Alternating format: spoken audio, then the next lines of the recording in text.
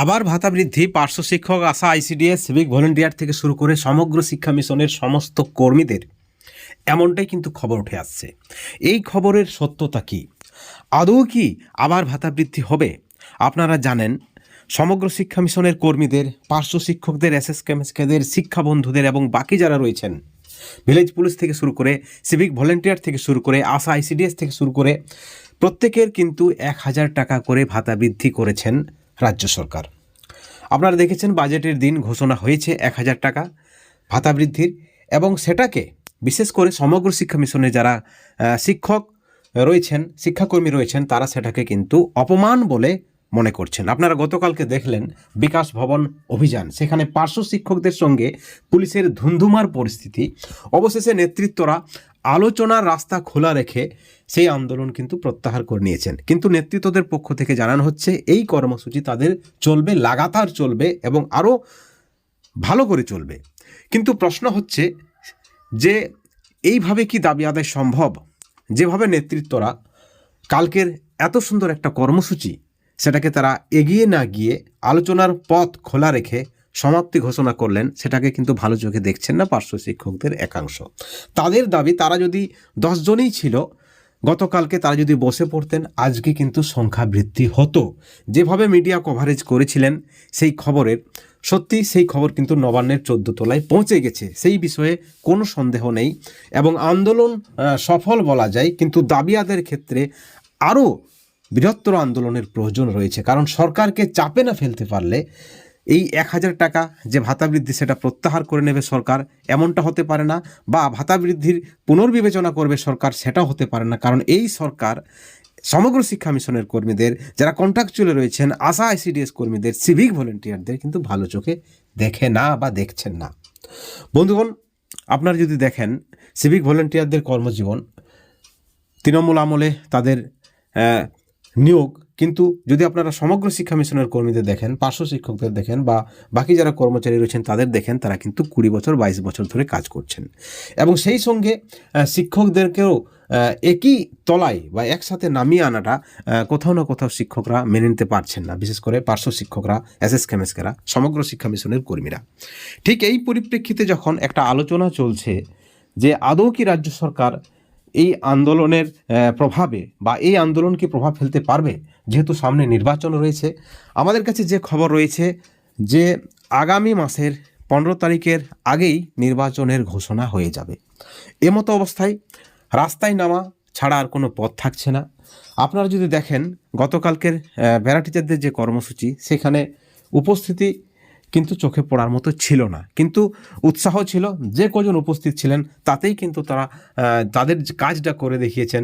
একটা ভালো বা বড় জমায়েতের কিন্তু একটা দরকার ছিল, যদিও বেশিরভাগ পার্শ্ব শিক্ষক বাড়িতে বসেই সোশ্যাল মিডিয়ায় ঝড় তুলছেন, যা কিন্তু কোনো কাজের না। বন্ধুগণ, এই পরিপ্রেক্ষিতে আবার একটা বড় খবর উঠে আসছে যে আশাকর্মী, প্যারা টিচার, সিভিক ভলেন্টিয়ার, তাদের কিন্তু আবার মাসিক ভাতা বৃদ্ধি করতে পারে রাজ্য সরকার। তাহলে 1,000 টাকা ভাতা বৃদ্ধি করেছিল, এখন প্রশ্ন হচ্ছে এবার তাহলে আর কত টাকা ভাতা বৃদ্ধি করবে? এখন যে খবর রয়েছে হয়তো আর 1,000 টাকা বাড়িয়ে দেবেন, খুব জোর। তাহলে এই যে ভাতা বৃদ্ধি বা সরকারের এই যে পদক্ষেপ, তাতে কিন্তু সমস্যার সমাধান হবে না। এমতো অবস্থায় যেটা করতে হবে, রাস্তায় বসে পড়তে হবে, অনশন করতে হবে। অনেক নেতৃত্ব নাকি অ্যারেস্ট হওয়ার ভয়ে সেই কর্মসূচিকে তারা কিন্তু আলোচনার পথ খোলা রেখেই সেখানে কিন্তু তারা কিন্তু প্রত্যাহার করে নিচ্ছেন। এই ধরনের একটা অভিযোগ রয়েছে এক শ্রেণীর নেতৃত্বদের। কিন্তু আমরা সেই নেতৃত্বদের বলবো, আপনারা বাড়িতে বসে শুধু পরামর্শ দিলে তার হয় না, রাস্তায় নামতে হবে। আমরা বারবার বলেছি আমাদের ভিডিওর মাধ্যমে, সকল নেতৃত্বকে একত্রিত হতে হবে। এখানে ইগোর কোনো প্রশ্ন নেই। এই যদি 15টা দিন না হয়, তাহলে আবার 5 বছর অপেক্ষা করতে হবে। এবং যারা সাধারণ পার্শ্ব শিক্ষক বা সাধারণ সমগ্র শিক্ষা মিশনের কর্মী রয়েছেন, এসএসকেএমএসকে শিক্ষাবন্ধু যারা রয়েছেন, তাদেরকেও বলবো, আপনারা কিন্তু নিজেই নিজের পায়ে কুড়ুল মারছেন। আপনাদের আন্দোলনের প্রভাবে যদি এই ধরনের খবর উঠে আসতে পারে যে আবার ভাতা বৃদ্ধির একটা সিদ্ধান্ত নিচ্ছে রাজ্য সরকার, কারণ আপনাদের যে দাবি, বেকারদের ভাতা যদি 15 টাকা বাড়ে, তাহলে শিক্ষকদের বেতন 100 টাকা, বা আরও যারা রয়েছেন সিভিক ভলেন্টিয়ার থেকে শুরু করে যারা রয়েছেন তাদের ভাতা 1000 টাকা। কারণ তারাও কিন্তু তাদের দায়িত্বটা অত্যন্ত নিষ্ঠার সঙ্গে পালন করেন। তারা যদি আপনারা দেখেন রাতে দিনে তাদের ডিউটি, ঠিক একইভাবে পার্শ্ব শিক্ষক এমএসকে যারা রয়েছেন তারাও কিন্তু একজন পূর্ণ শিক্ষকের মতোই তারা কিন্তু স্কুলে যাচ্ছেন, বাচ্চাদেরকে পড়াচ্ছেন, তাদের জীবনের মূল্যবান সময়টা কিন্তু তারা স্কুলে অতিবাহিত করছেন। কিন্তু তারপরও এই 10,000 15,000 টাকায় সংসার কিন্তু চলতে পারে না।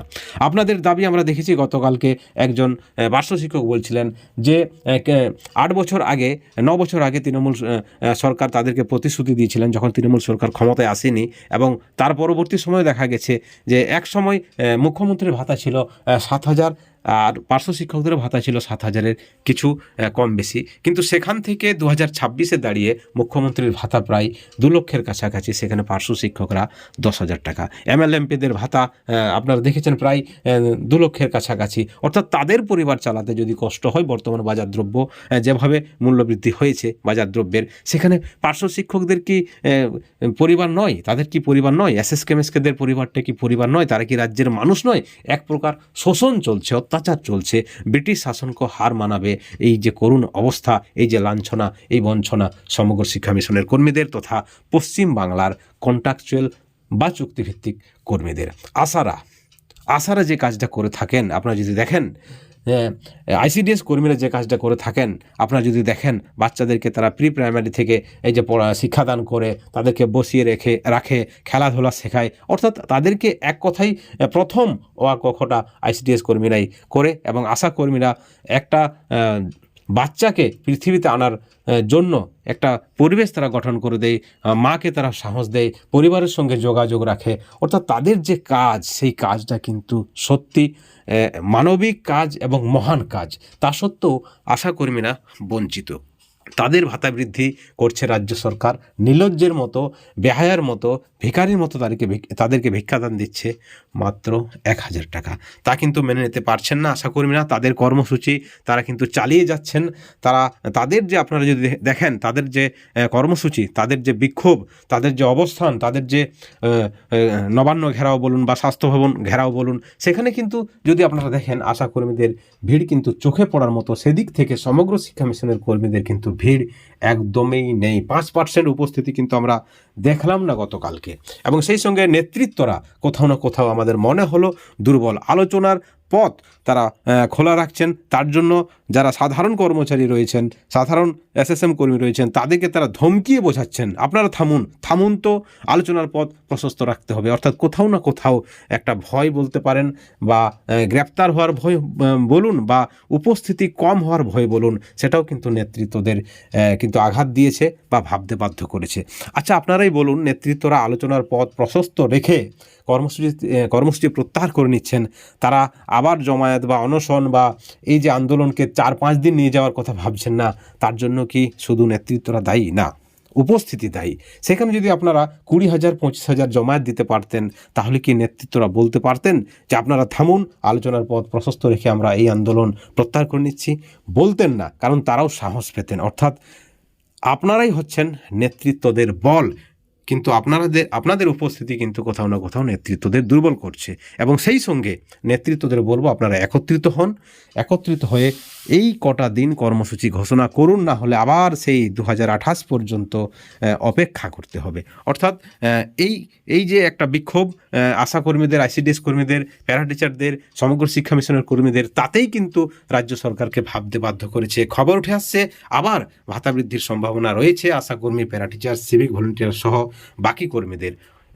এবার যদি আন্দোলন আরও বৃহত্তর আকারে হয়, তাহলেই কিন্তু একটা বড় ধরনের বা পর্যাপ্ত পরিমাণের বা উপযুক্ত ভাতা বৃদ্ধির সম্ভাবনা রয়েছে। না হলে কিন্তু সকলকেই আপনাদেরকে পস্তাতে হবে। বন্ধুগণ, এই ভিডিওর পরিপ্রেক্ষিতে অবশ্যই আপনারা আপনাদের মতামত আমাদের চ্যানেলের কমেন্ট সেকশনে কমেন্ট করে জানাবেন। সকলে ভালো থাকবেন, সুস্থ থাকবেন। Thank you so much.